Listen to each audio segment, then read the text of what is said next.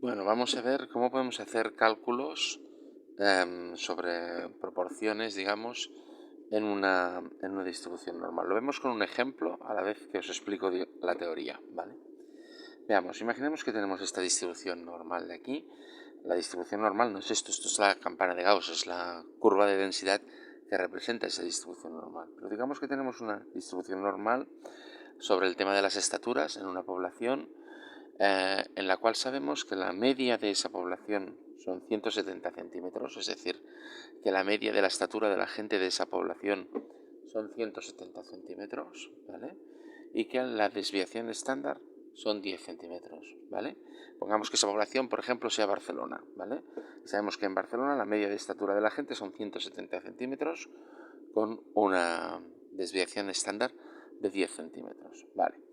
Y imaginemos que nosotros queremos saber qué proporción de la población, es decir, cuánta gente, ¿vale?, mide menos, digamos, de 160 centímetros, ¿vale?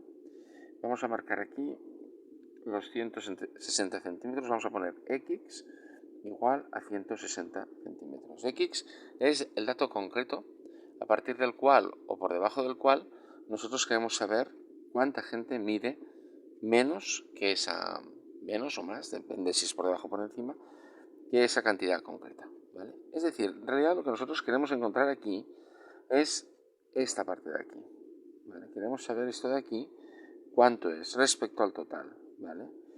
Si os acordáis, en lecciones anteriores dijimos que en una curva de densidad se da una triple igualdad. Se da siempre en una curva de densidad, sea una campana de Gauss o no, ¿vale? En una curva de densidad, es decir, este tipo de representaciones gráficas, que es un trazo de una sola vez y en el que podemos marcar las áreas debajo de la curva, ¿vale? Se da siempre que el área debajo de la curva es igual a la proporción en la población y eso es igual a la probabilidad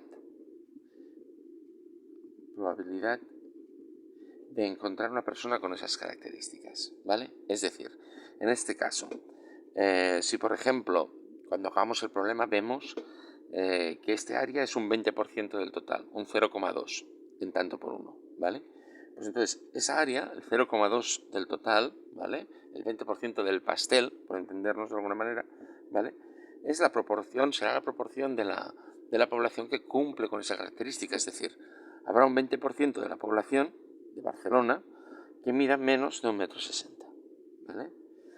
Y eso es igual a la probabilidad, es decir, si yo me planto en la Plaza Cataluña de Barcelona, que es una plaza muy importante, me planto en esa plaza y cojo la primera persona que pase, tendré un 20% de probabilidad de que esa persona mida menos de 1,60 m, ¿vale?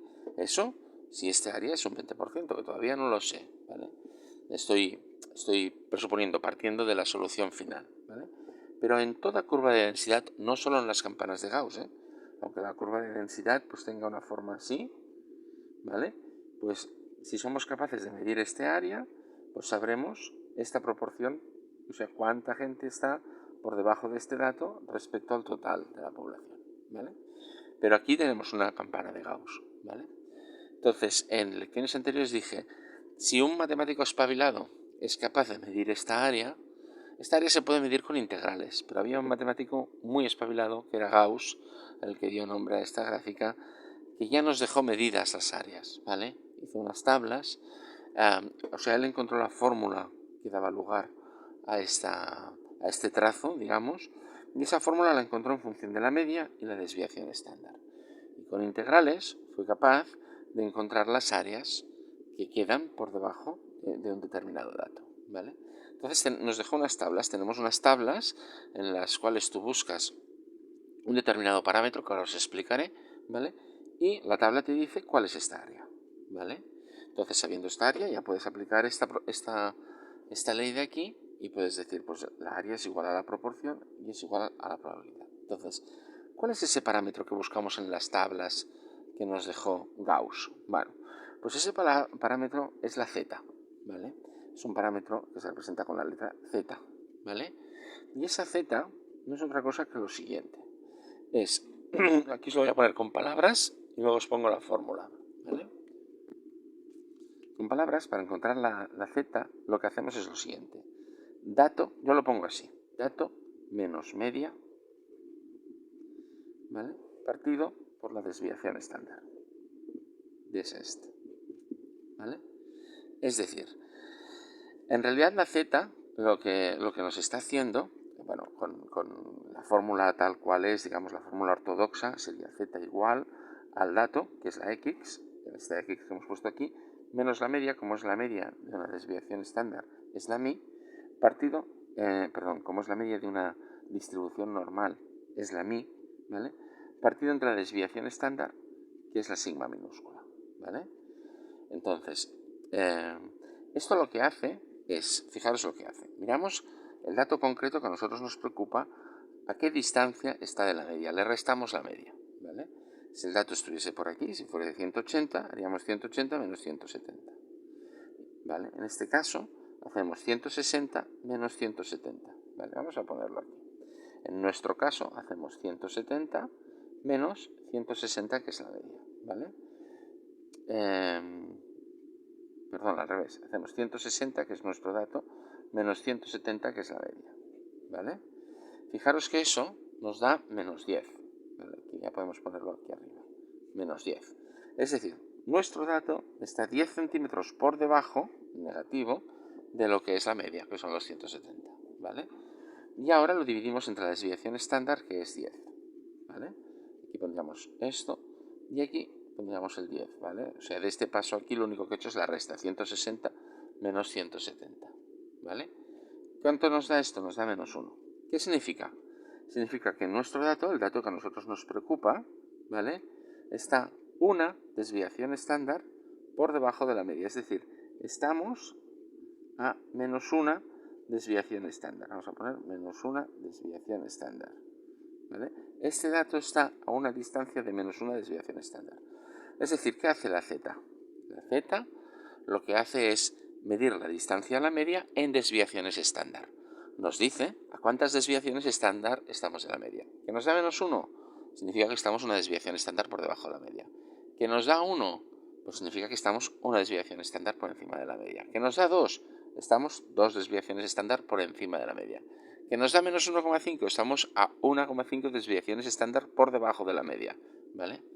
¿Y por qué calculamos la z? Porque esa z es la que nos va a permitir buscar en una tabla de las zetas, se llama así, la tabla de las zetas, en realidad es la tabla que nos dejó Gauss, para ver, esa tabla nos va a decir qué área hay por debajo de un dato que está a una desviación estándar por debajo de la media. Es decir, nosotros vamos a buscar en la tabla z igual a menos 1. Vamos a buscar z igual a menos 1 y eso nos va a dar una área, que es lo mismo que una proporción, que es lo mismo que una probabilidad, ¿vale? Muchas veces lo que encontramos es la probabilidad, ¿vale? ¿Qué nos va a dar la tabla? Nos va a dar la probabilidad de tener una z menor o igual a menos 1. Esto de aquí, lo que voy a poner aquí, es lo que me da la tabla cuando yo busco la z igual a menos 1, ¿vale? Y otra cosa más, esa z se llama valor estandarizado de x. X es nuestro dato y lo que hacemos es calcular su valor estandarizado, es decir, medir la distancia de la media en desviaciones estándar. Yo os recomiendo que sepáis esta fórmula, por supuesto, pero encarecidamente que os sepáis esta otra, ¿vale? Es decir, que os sepáis que la z es dato menos media entre la desviación estándar. Esto es la representación de los símbolos del dato menos la media de una distribución normal, partido entre la desviación estándar de una distribución normal. Pero si os sabéis esto de dato menos media partido entre la desviación estándar, os va a ser mucho más conceptual y mucho más útil, ¿vale?